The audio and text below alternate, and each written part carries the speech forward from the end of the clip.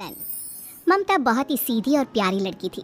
वहीं सुनील एक सरल और आगे बढ़ने की सोच रखने वाला लड़का। सुनील, बेटा सुनील कहाँ है? अरे जरा एक गिलास पानी तो दे दो। हाँ माँ अभी आया। क्या माँ, पानी तेरे सर के पास ही तो रखा है, क्या हो गया है? तबीयत खराब है क्या? अरे नहीं नहीं, वो उठने का मन ही नहीं कर रहा था तो देखा ही नहीं। वैसे क्या कर रहा है? यहाँ बैठ ना मेरे पास। माँ पढ़ रहा था। वो क्या है ना, नौकरी में तो वक्त नहीं मिलता, अब ऑफिस से घर आकर ही तो वक्त मिलता है। अच्छा ठीक है, पढ़ ले जा बेटा। सुनील पढ़ लिख कर और आगे बढ़ना चाहता था, लेकिन माँ की तबीयत खराब देखकर सोचता है कि शादी ही कर ले। कब तक माँ का ख्याल वो अकेले रख पाएगा? तो एक दिन, माँ ये ममता है, मैंने इससे शादी कर ली है।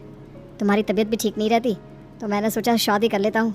घर संभालने वाली और तुम्हें संभालने वाली कोई आ जाएगी तो अच्छा रहेगा। माँ अचानक से सामने बहू देखकर हैरान रह जाती है। बेटा ये क्या बात होती है? न बैंड न बाजा न दहेज न शगुन, ऐसे कैसे बहू आ गई? माँ तू तो जानती है मैं नौकरी के साथ पढ़ाई कर रहा हूँ, तो कहाँ से इतना पैसा बचा पाता कि धूमधाम से शादी करता। वैसे भी माँ लोग तो आकर खाकर निकल जाएंगे, इसलिए बस वैसे ही। माँ जी मैं आपका ख्याल रखूँगी। वैसे भी ये आगे की पढ़ाई कर रहे हैं, अच्छा कुछ कर गए तो सबके दिन फिर से अच्छे आ जाएंगे। सास को ममता की बात ठीक तो लगती है, लेकिन मन में कहीं ना कहीं लगता है कि कहीं बहू बेटे को लेकर फुर्र ना हो जाए और फिर तो वो रह जाएगी अकेली। बेटा देख, मेरा जो कुछ भी है वो सुनील ही है, और सुनील का भी अब इस दुनिया में मैं ही हूँ और कोई नहीं। क्या सुनील? बिल्कुल माँ, लेकिन आज से ममता भी मेरे जीवन का अहम हिस्सा है जैसे तू है। सास को बड़ा बुरा लगता है कि उसकी सल्तनत में कोई और हिस्सेदार कैसे हो सकता है। कैसे कोई और उसके 30 साल के बेटे की जिंदगी में अचानक से आकर बराबर का हिस्सेदार बन सकता है।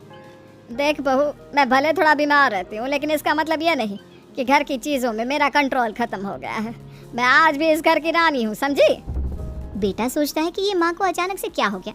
कल तक जो माँ कहती थी कि जिंदगी का कोई भरोसा नहीं, वो अचानक से जंग के मैदान की झांसी की रानी कैसे बन गई? माँ क्या हो गया है? सब ठीक है ना? अचानक कैसी बात कर रही हो? ममता का आज पहला दिन है, स्वागत करो उसका। आसपास की आंटियों को बुलाओ, नई दुल्हन की मुंह दिखाई करवाओ। खैर सास होने का फर्ज निभाती है और बाद में एक सहेली के साथ बाहर निकल जाती है। क्यों नहीं बताया नहीं कि बेटे का ब्याह कर रही हो?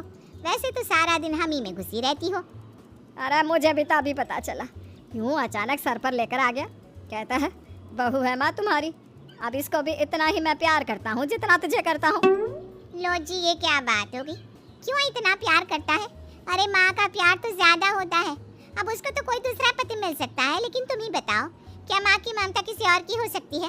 ना जी ना, बेटे को समझाओ ये बात।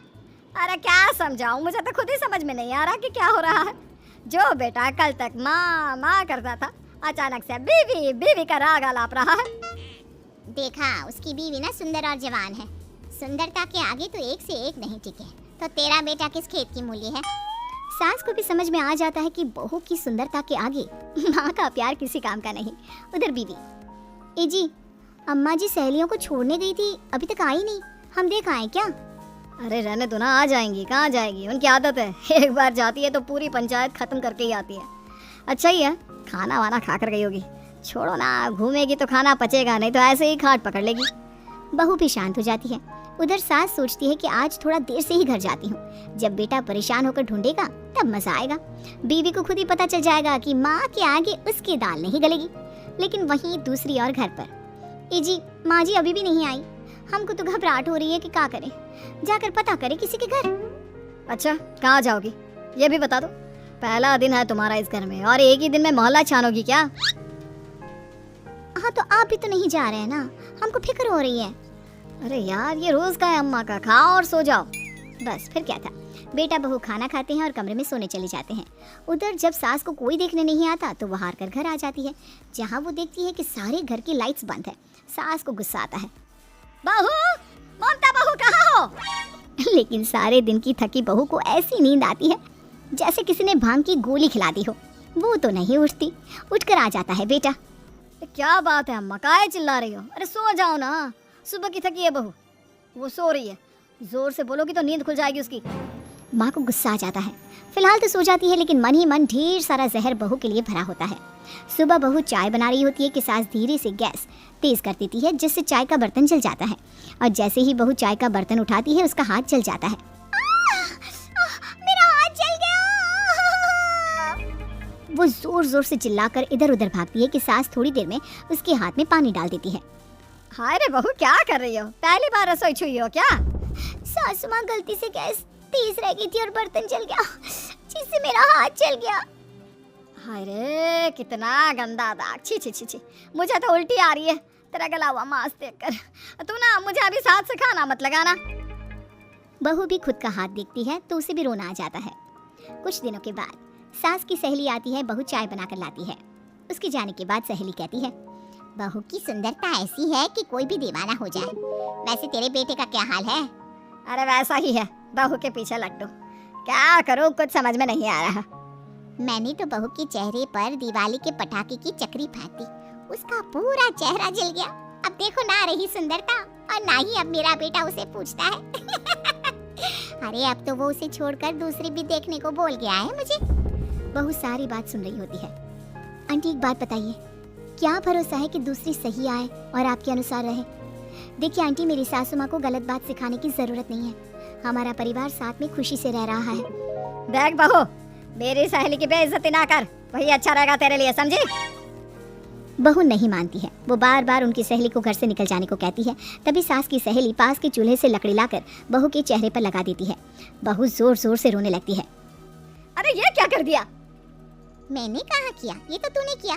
तू ही नहीं चाहती थी कि बहू बेटे के साथ रहे, भला मैं क्यों करूंगी? मैं तो चली, निपटो। बहू रो रही होती है, दर्द से चिल्ला रही होती है, लेकिन सास उसे डॉक्टर के पास नहीं ले जाती। तभी पति आता है। क्या हो गया ममता? ये दाग कैसे लगा? तुम कैसे जली? ममता कुछ नहीं कहती, बस दर्द से करा रही होती है। पति माँ की तरफ देखता है। हो ना हो माँ, ये पक्का आपका काम है। आप ही ममता से जला करती थी ना। देखना माँ, अब पुलिस आएगी, केस बनेगा, लेकिन पहले मैं ममता को अस्पताल लेकर जा रहा हूँ। सभी अस्पताल जाते हैं, जहाँ डॉक्टर ममता की सास से कहते हैं, आपने तो नहीं जलाया ना बहू को? अब ममता की सास के तो पसीने छूट रहे होते हैं। वो घबरा कर कहती है, ना ना डॉक्टर साहब, कैसी बात करते हैं? हम क्या जलाएंगे अपनी बहू को? डॉक्टर ममता के पति से पूछते हैं, देखिए क्योंकि ये ससुराल में जली है तो मामला पुलिस का बनता है, तो आप पहले पुलिस को बुलाइए, तभी इलाज पूरा होगा। सास डर जाती है कि अब तो बच्ची जिंदगी जेल में ही रहना होगा। रहने दीजिए ना, पुलिस को क्यों बुलाना? सारी हंसी खत्म हो जाएगी जब पुलिस के डंडे पड़ेंगे। बहू को जलाना भले ही बहुत आसान हो, लेकिन उसके बाद सारी जिंदगी जेल की हवा खाना। सास डर जाती है। पुलिस आती है, पास लेटी दर्द से करा रही ममता स्टेटमेंट देती है। तो क्या हुआ था, कैसे जली आप? ममता पास खड़ी सास को देखती है। बेटी बताओ, कैसे जल गई तुम? ओए काका का किरण वाली शाहरुख, चुप, बिल्कुल चुप। सास चुप। सभी इंतजार करते हैं कि ममता क्या बोलेगी। जी मैं खाना बना रही थी, लकड़ी उड़कर मेरे ऊपर गिर गई और मैं जल गई। सास बहू की बात सुनकर रोने लगती है। देखा माँ, कितनी समझदार है ममता।